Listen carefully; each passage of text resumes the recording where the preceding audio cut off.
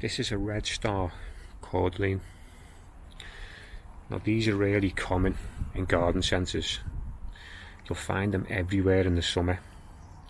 People tend to use them to accompany a bed and plants section of the garden. And you don't tend to find many large specimens, and that's because they're not that tough, they're not that hardy. If it gets below -5, these are going to get damaged or even killed. In the old house I used to have one of these, and we had a period of about 6 or 7 years where we didn't really have any harsh winters, and it grew quite well. It grew a sizable trunk and it survived a harsh winter. However, when I moved to this house, I planted one last year, quite a small plant, and it got beaten by the beast from the east.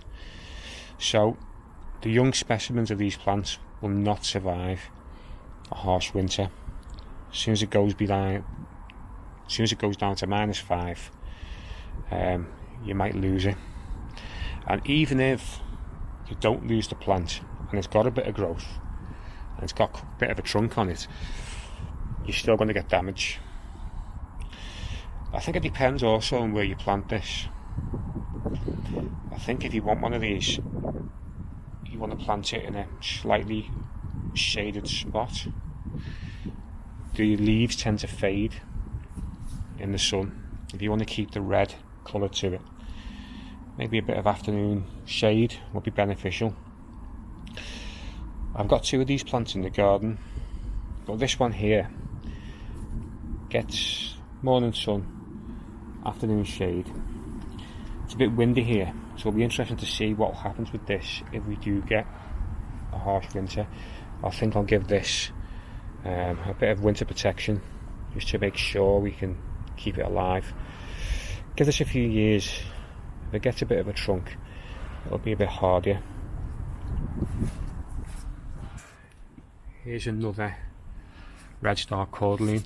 Now I've got this in a corner and it's in a bit of a protected spot here. It doesn't really get hit by the wind, and I think there's a slightly more of a protection with regards to the frosts. In fact, this one's growing a bit better. Now this one, it only gets about 2 or 3 hours sun of a morning, and the rest of the day it's in shade, so it will be tolerant of shade.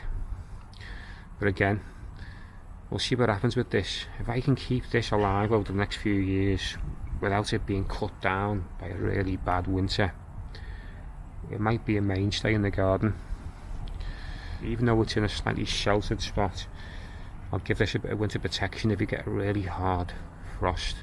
It's a fantastic plant, because this time of year now, all the flowers have gone pretty much. I've got a few in the garden, but it's an evergreen shrub, so you've got that colour going through the winter.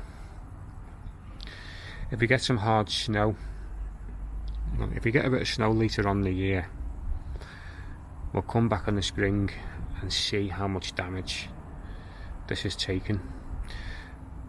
But with an okay winter, a few frosts, nothing prolonged, this should survive okay.